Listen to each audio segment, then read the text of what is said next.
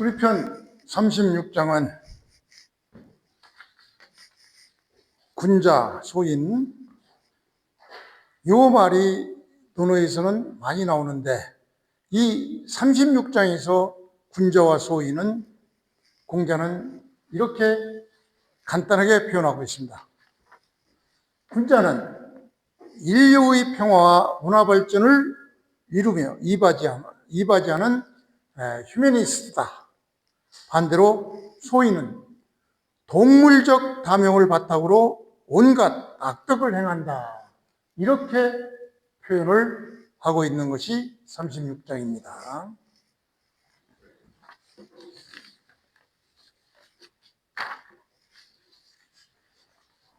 일단 문장을 한번 보겠습니다. 공자는 군자, 탄탕탕, 소인, 장적적, 시 같죠. 즉, 군자는 탄탕탕하다. 마음이 평탄하고 너그럽다. 이런 얘기. 마음이 평탄하고 너그럽게 군자를 표현했고, 대신에 반대되는 개념인 소인은 장척척하다. 늘 항상 척척 괴로워한다. 초조하다. 근심하고 있다. 이런 얘기죠. 즉, 군자는 속이 트여서 편안하죠. 그렇지만 소인은 항상 걱정과 불안이 사로잡혀 있다. 이런 얘기가 되죠. 여기서 군자는 바로 도덕적 인격을 갖춘 사람을 얘기하죠. 도덕적 인격을 갖춘 사람이죠. 그래서 여기서는 어떤 신분이 아닙니다. 그냥 인격의 개념으로서의 군자, 이걸 말하는 것이죠. 그래서 이 군자는 바로 탄탕탕한다.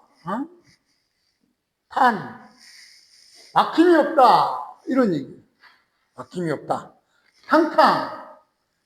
탕은 넓다. 이런 얘기인데, 중국어로 강조했죠? 그러니까 얼마나 넓겠어요.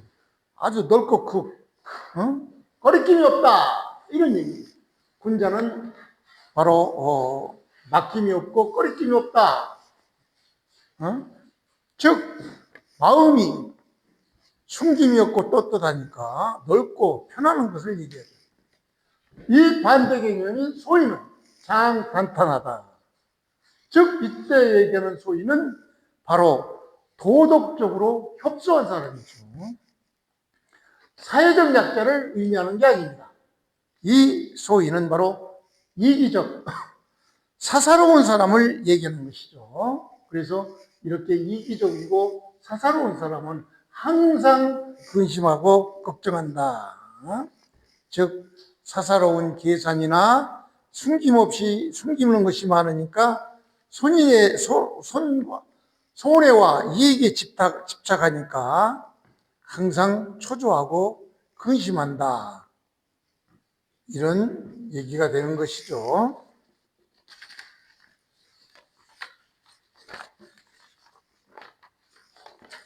자, 그래서 이 부분은 너무 간단하니까 논어 집주에서 어떻게 보고 있는지 한번 보겠습니다. 논어 집주에서는 이 탄을 바로 평평하다 이렇게 봤죠. 그리고 탕은 광야, 넓다 이렇게 봤어요. 그래서 군자, 무사, 기신, 평이광, 탄을 평으로 봤고 탕을 광으로 봤죠. 그러니까 군자는 사심이 없으므로, 군자는 사심이 없으니까 그 마음이 평탄하고 넓고 그래서 탄탕하다 이런 얘기죠. 그래서 마음이 평평하고 넓어서 아주 광대하다, 탄탄하다 이렇게 봤던 것입니다. 그런데 소인의 척, 이게 문제죠. 장은 항상이니까 척. 척은 바로 걱정이다. 우야. 걱정, 우죠. 그래서 소인은 다사이 계교 고상 적적하다. 그래서 소인은 바로 사사로움이 많아서, 그래서 설교, 계교, 계산함이 많죠. 예를 들어서 주식을 사면 주식이 오르는 대로나 매일같이 계산하고 앉아 있으니까 얼마나 그 사람은 항상 척척 근심 걱정이 되죠. 올라가면 기쁘지만 내려올 때는 얼마나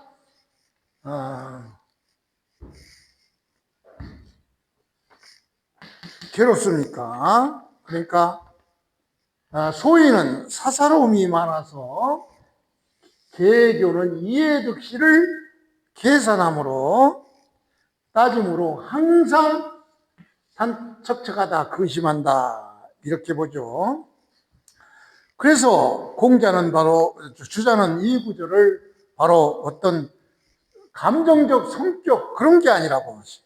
그냥 사적인 욕심,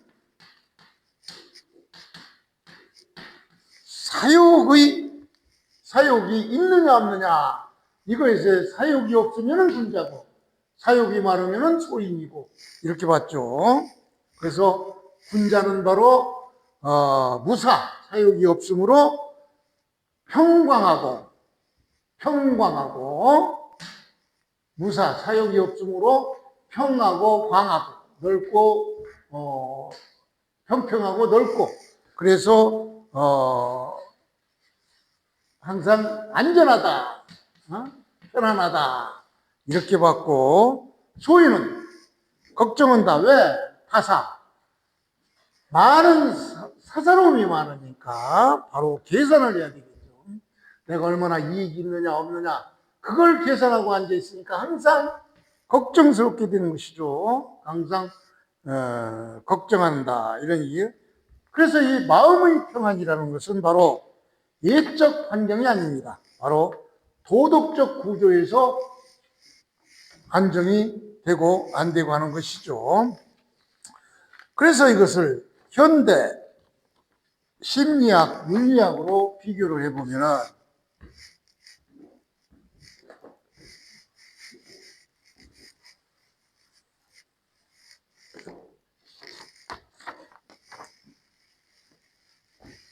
공자나 주자 이런 사람들은 군자를 뭘로 봤느냐? 무사하다. 사적이 없다. 사심이 없다. 그래서 안전하다 이렇게 봤던 것이죠. 그래서 공자 주자가 본 이 군자 이 개념을 현대적 심리학에서는 어떻게 보느냐? 내적 통제감이 있고 자존이 안정되는 스스로의 그 자존심이 안정되고 있다 이렇게 봅니다. 소인은 공자나 주자는 뭐로 봤느냐? 사사로움이 많다. 그러니까 항상 걱정하죠. 주식값이 오르느냐 내리느냐 생각 없이 항상 걱정을 하게 된다. 그래서 현대 사람들이 그런 사람들 얼마나 불안합니까? 불안장애, 만성 스트레스를 앓고 있는 것이죠. 그래서 현대적으로 풀이하면은 바로 탄탄형 그 군자형의 리더십은 바로 투명하고 공정한 것이 특징이죠. 그러니까 결과적으로 투명하고 공정하니까 사람들로부터 신뢰와 안정을 받게 되는 반면에 척척형 소인의 어떤 리더십, 여기에서는 바로 특징이 소인은 뭐예요? 계산을 해야 되고 뭔가를 숨겨야 되고 하니까 항상 불안하고 사람을 믿지 못하고 그러게 되는 것이죠. 그래서 조직에서의 교훈은 바로 불안한 조직은 제도가 아니라 사람의 사욕에서 시작되는 것이죠.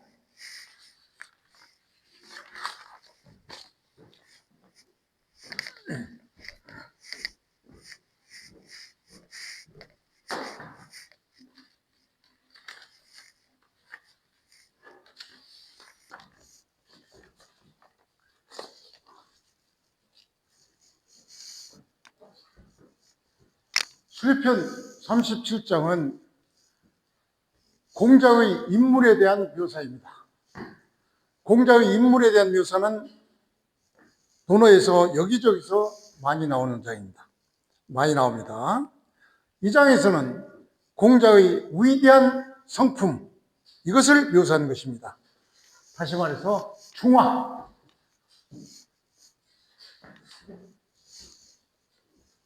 공자의 인품은 바로 중화를 얻었으므로 아주 신비롭게 아주 묘사하고 있죠.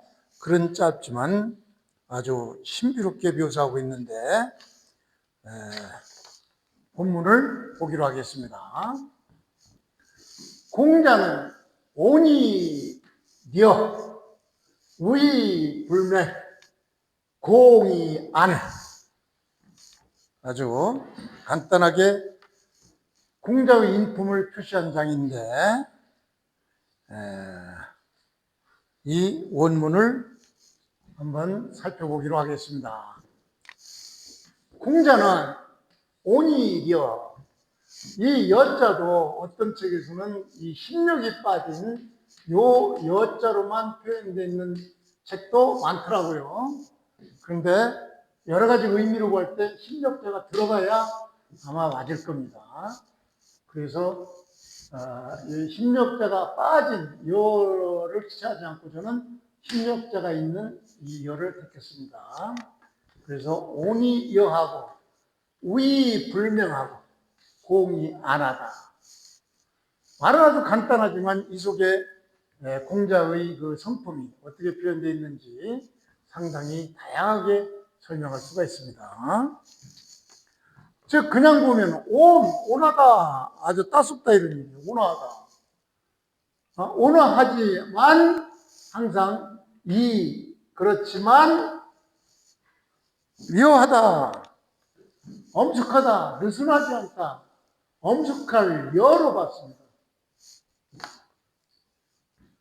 요 여는 그냥 힘쓰다, 뭐 납병할 때도 여를 쓰는데, 그래서 뭐 납병 있다고 해서 기분 나빠서 아니라 그냥 힘쓰다 이런 얘기보다는 이 여기서는 온화한데 느슨하지 않고 엄숙하다, 이걸 표현하기 위해서 신력자가 들어가 있는 여를 택했고, 그 다음 우이불매, 아주 위험이 있지만 호랑이처럼 그렇게 무섭지는 않다, 사납지 않다.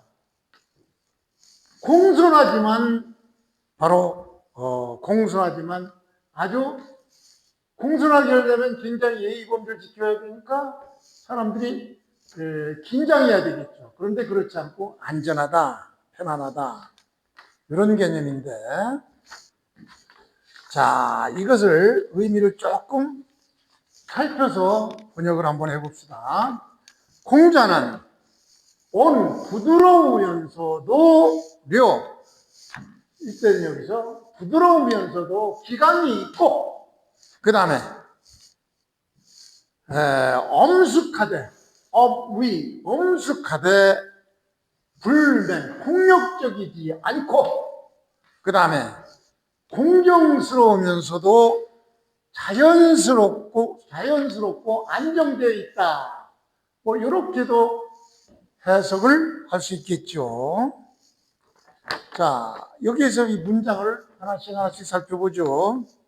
자, 오는 바로 따스하다, 부드럽다 이런 얘기죠. 부드럽다. 려는 단단하다, 엄정하다, 느슨하지 않다 이런 얘기인데, 느슨하지 않다로 해서 이 여는 바로 뭘 얘기하느냐? 부드러움과 동시에 긴장도 유지되고 있죠. 아까 얘기했죠? 공자의 인품에서 중화. 이걸 강조한다는 얘기인데 엄청 중화됐죠. 부드러우면서 또 느슨하지 않다. 응? 사람들을 풀어놓으면 그냥 느슨할 겁니까? 하지 않을 겁니까? 그러나 느슨하지만 온화하지만 느슨하지 않다. 즉 부드러움과 긴장을 항상 유지하는 그런 중화적인 성격을 가진 게 바로 공자의 성격의 특징이죠. 그 다음에 위불매, 위험이죠. 위험. 권위, 그러나 불맹, 사납지 않다. 폭력적이지 않다. 즉 권위와 또 폭력적이지 않은 철제를 가지고 있다. 이렇게 공자의 성격을 얘기하고 있죠. 그 다음에 공이 아는, 공은 공정하다, 공손하다 이런 얘기죠. 공손하다. 그러면서도 편안하다. 즉 예의를 지키되 억제하지 않는다. 공손하게 예의를 지키다 보면은 사람들이 예의 지키라고 아주 긴장해야 되니까 불안했죠. 그런데 그러지 않죠. 공손하지만 아주 자연스럽다. 예를 지키되 억제하지 않는다. 이런 얘기가 되는 것이죠. 그래서 이 장의 핵심적 의미는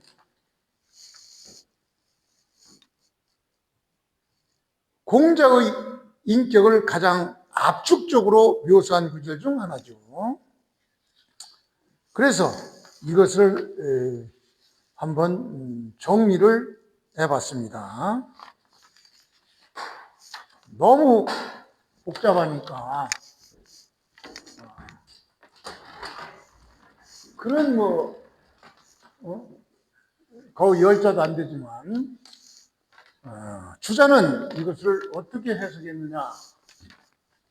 주자의 해석의 핵심을 보면은 오늘 주자 집주에서는 화로 해석을 했어요. 그래서 부드러움, 화합함 이걸 이렇게 해석을 했죠. 오늘 부드럽다, 화합한다. 그러나 이것이 너무 과하면 어떻게 되냐? 너무 나약하죠. 너무 부드럽게 얘기하면은 사람들이 뭐 저렇게 약한 사람이 있나 이렇게 아주 나약하게 보일 수 있으니까 이걸 공자는 중화하는 그런 성격을 가지고 있죠. 그 다음에 묘는 주자 집주에서는 이걸 엄으로 표시했습니다. 엄정함, 아주 기강. 그러니까 부드럽지만 기강이 있다. 이렇게 봤던 거예요. 그러나 이 엄이 묘가 너무 과하면 너무 많으면 너무 가혹하게 되죠. 너무 엄정하게 하면 기강을 엄청 세우면 조금만 일해도 벌을 줘야 되니까 너무 가혹하게 되죠. 그 다음에 위는 존엄을 의미하죠. 집주에서는 주자는 존엄을 의미하여 권위를 상징해요. 그러나 너무 권위를 과하게 나타나면 포갑이 되죠. 그 다음에 맹은 폭력을 의미했죠. 집주에서는. 그래서 공자는 비폭, 폭력적이지 않다. 이 폭력이 너무 과하면 파악이 되죠. 공은 주자 집주에서는 경으로 표시를 했어요. 공정함.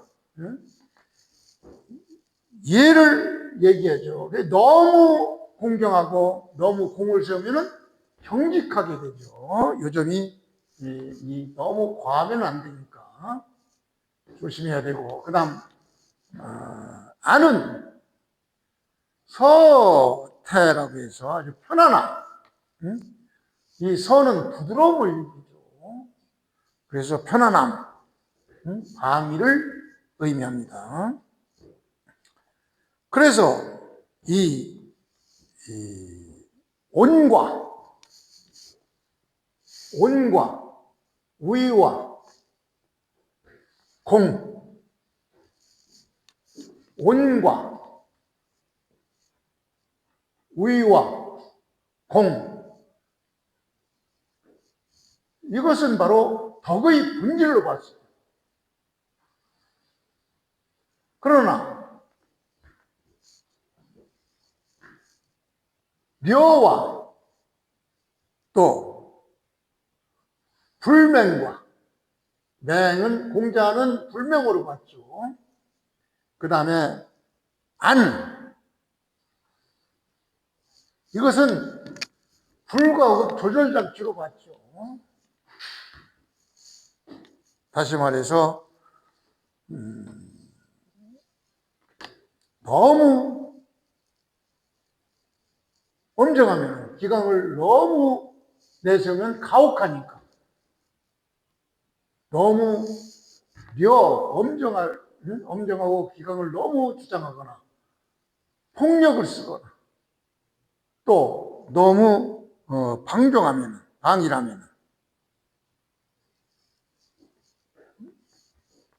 이것을 조절을 잘해야지. 그것이 너무 많으면 어떻게 되느냐, 가혹하고 파괴되고 방일되고 하는 그런 그 결과가 나오게 되죠. 그래서 수자는 말하자면 성인지덕, 즉 공자의 덕은, 성인지덕, 공자의 덕은 화이 분류하고, 부드럽다겠죠. 화가 부드러우면서, 분류는 바로 방종하는, 그러지 않는다. 그러니까 방종하지 않고 엄정하되 잔혹하지 않다죠. 엄정하되 잔혹하지 않으며, 또 공정하되 사람들을 핍박하지, 사람들을 핍박할 때 사람들을 너무 몰아붙이지 않는다. 이렇게 주자는 공자의 성격을 표시하고 있습니다.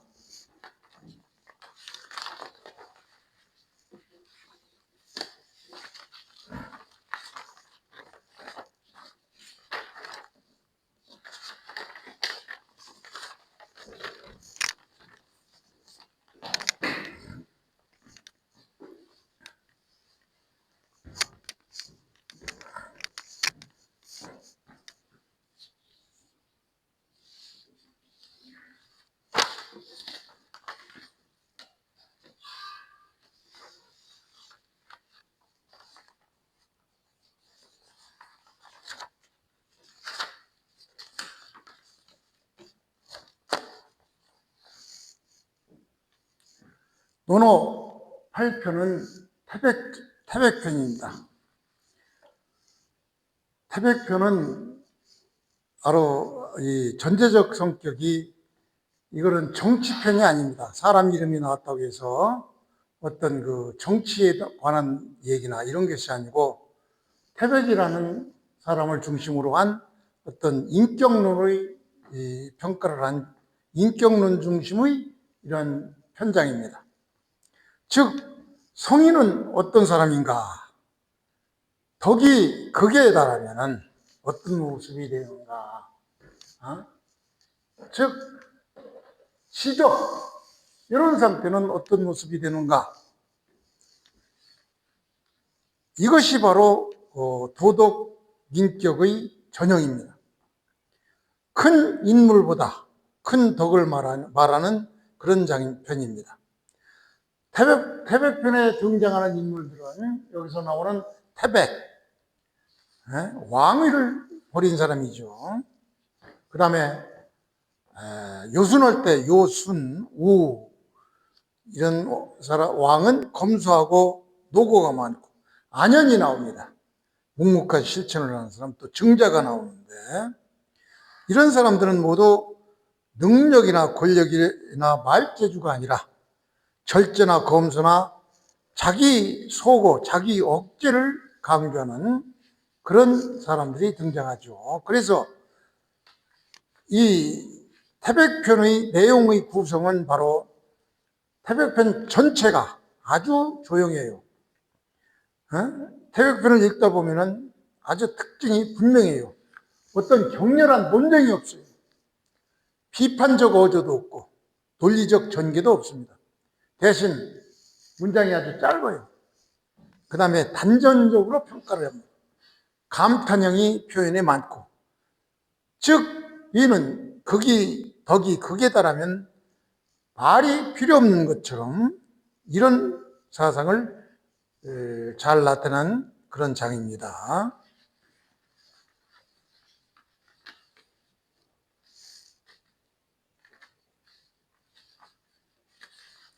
그래서 이러한 태백장의 제1편, 태백편이죠. 그 1태백. 이 1편은 바로 역사적 사실을 근거로 한 장이니까 이것을 좀 설명을 드리도록 하겠습니다.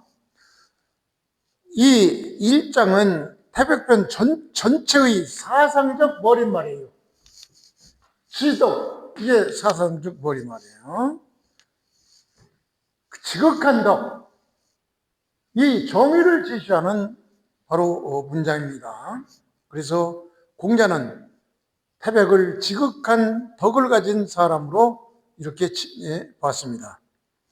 구체적으로 태백은, 이 태백이라는 사람은 원래 대왕이라고 하는데 태왕이라고 그러죠. 태왕이라고 있는데, 이 태왕은 은나라의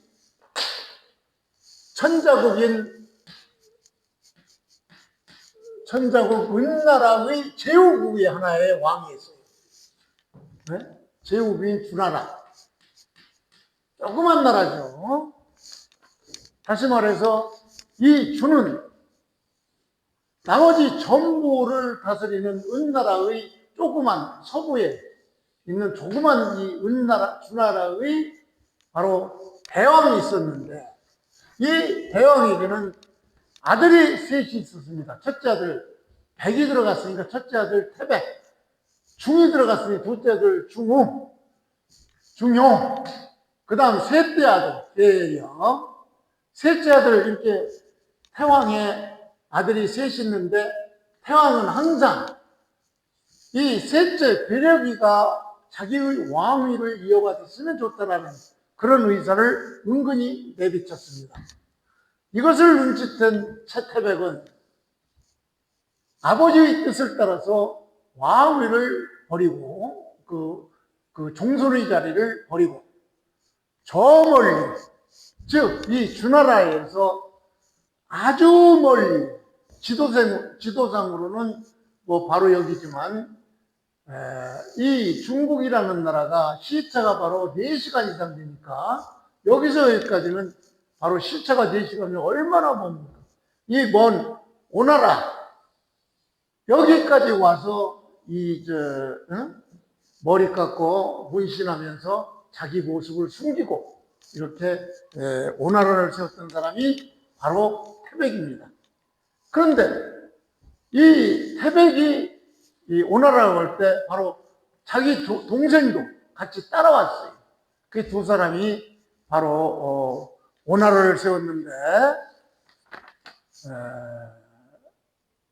오나라를 세우고, 그래서 이 사람들이 소리 없이 숨어서 계력이 왕위에 올라가지고 계력의 첫째 아들 문왕이 기반을 닦았죠. 주나라의 기반을 닦아서 문왕의 아들인 무왕이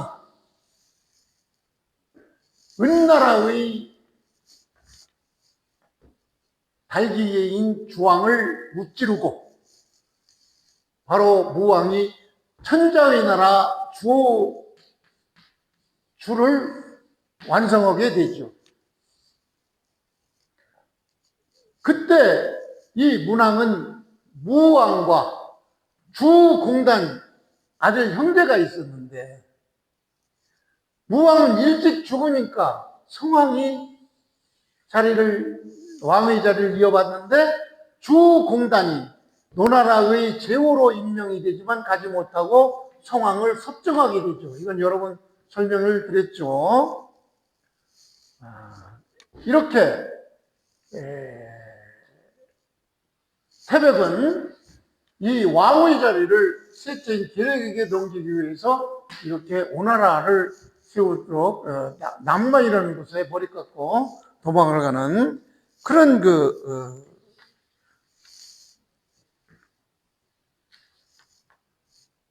사람이 있기 때문에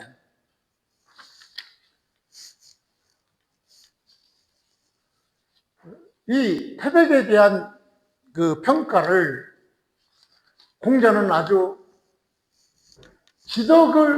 지극한 덕을 가진 사람으로 극찬을 하게 되는 것입니다. 그래서 이러한 역사적 사실을 기점으로 해서 본문을 보기로 하겠습니다. 그래서 공자는 태백을 아주 위대하게 봤죠. 그래서 태백, 기, 가위, 지덕, 야, 이의 이렇게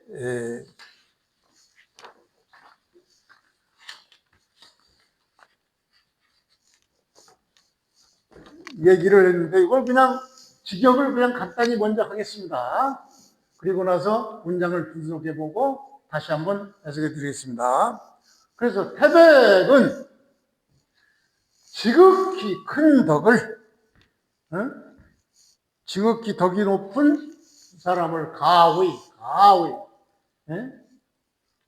말할 수 있다. 지극히 높은 덕을 가진 사람이라고 말할 수가 있구나. 즉, 3번이나 천하를 양보했다. 그러니까 이것도 전치가 됐죠. 태백, 양, 천하. 이게 되겠죠. 태백은 양보했다. 천하를. 여기서 천하는 바로 뭐예요? 임금자리죠. 이 태백이 태왕의 왕위를 이어받았더라면 주나라라는 천하의 주나라를 세워서 천하, 즉 천하의 왕이 될 뻔했는데 이 왕위를 3번이나 양보했다. 그런데도 이 양보한 것을 백성들은 그 사실을 모르고, 그리고 그 양보한 사실에 대해서 칭송조차도 않는다.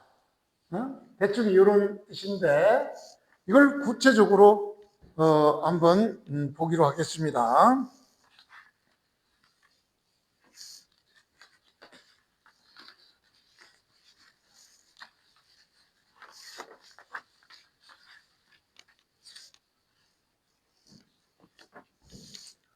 즉, 자왈, 태백, 기, 가의, 지덕, 야의, 야이의, 요건 바로 평가절이죠. 총론절이죠.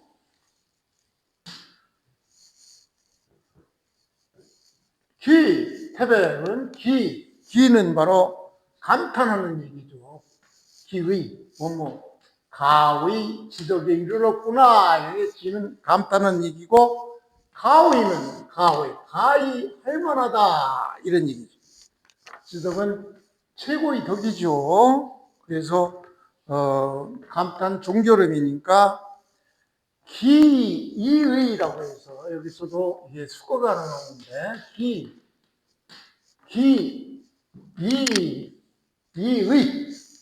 이게 바로 야이의 야이의 요것이 바로 무슨 얘기냐? 강한 감정이나 어떤 그 감탄의 전형적인 공자 어법입니다. 공자가 이거 아주 자주 쓰는 어법인데, 이 정도면은, 이런 정도면은, 더 말할 필요 없이, 지극한 덕이다. 태백이라는 사람이 이런 정도면은 지극한 덕이다. 이렇게 표현을 했습니다.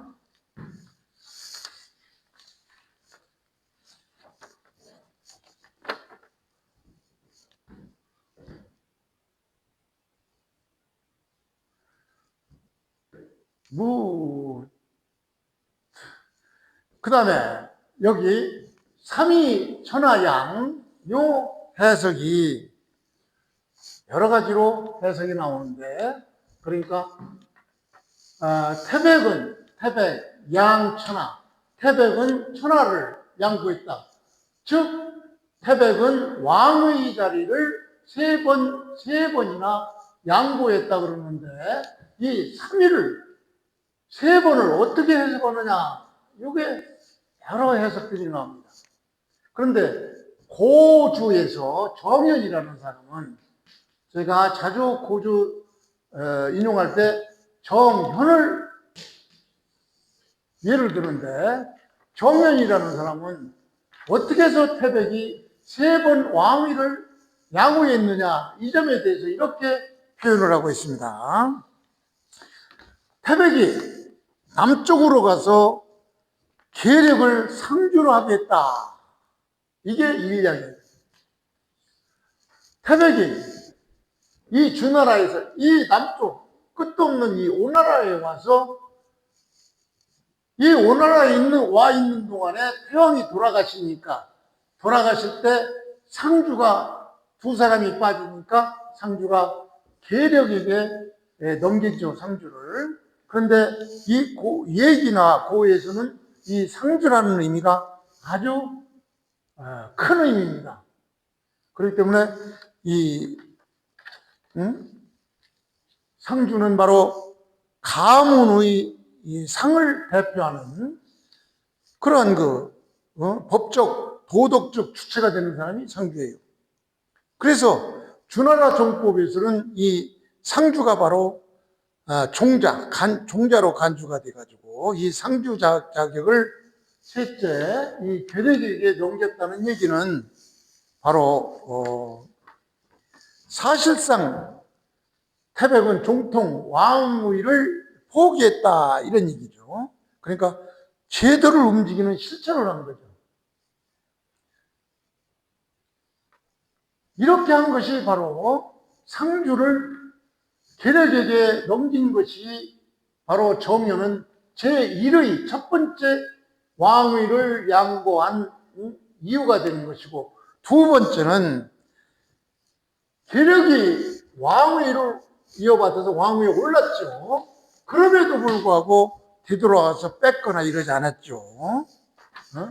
돌아오지 않는, 다시 말해서 다시는 오나라에서 주나라에서 오지 않는 것, 이것이 두 번째 양보로 봤어요. 이양. 그리고 이 형만 오나라에 숨어 사는 것, 완전히 자기 모습을 감춘 것, 이것이 세 번째 양보로 봤어요. 이렇게 삼양 세 번 왕위를 양보했다, 이렇게 정현은 삼양을 표시를 하고 있는 것이죠.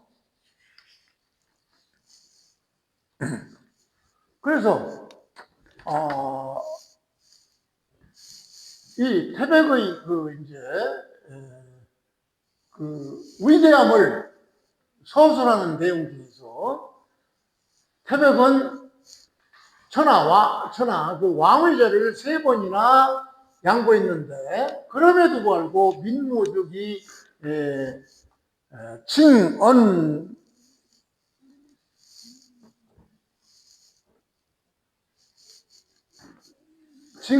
이렇게 됐죠. 그래서 민무득이 칭언. 여기서는 민이 바로 주어가 되겠죠. 백성들은 부정동사예요. 여기 동사로 봐야 돼요. 없다. 모른다. 부정적인 동사로 봤고, 득은 바로 어떤 기회나 어떤 기능, 이걸로 봤죠. 그래서 칭송을 못한다. 그러니까 백성들이 이러한 사실을 알지 못해서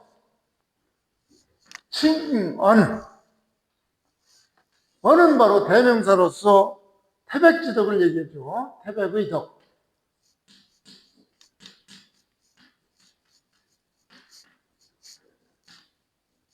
태백지덕을 칭송하지도 못한다. 이런 얘기예요. 그러니까 바로 백성들은 저런 사실을 알지도 못하죠. 그냥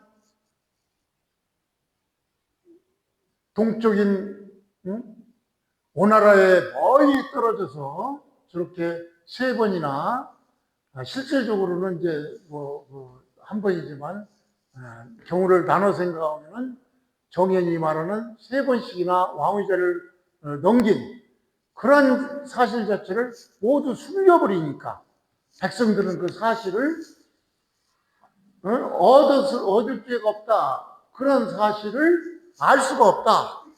이런 얘기예요. 그렇기 때문에 이 모르는 이 덕,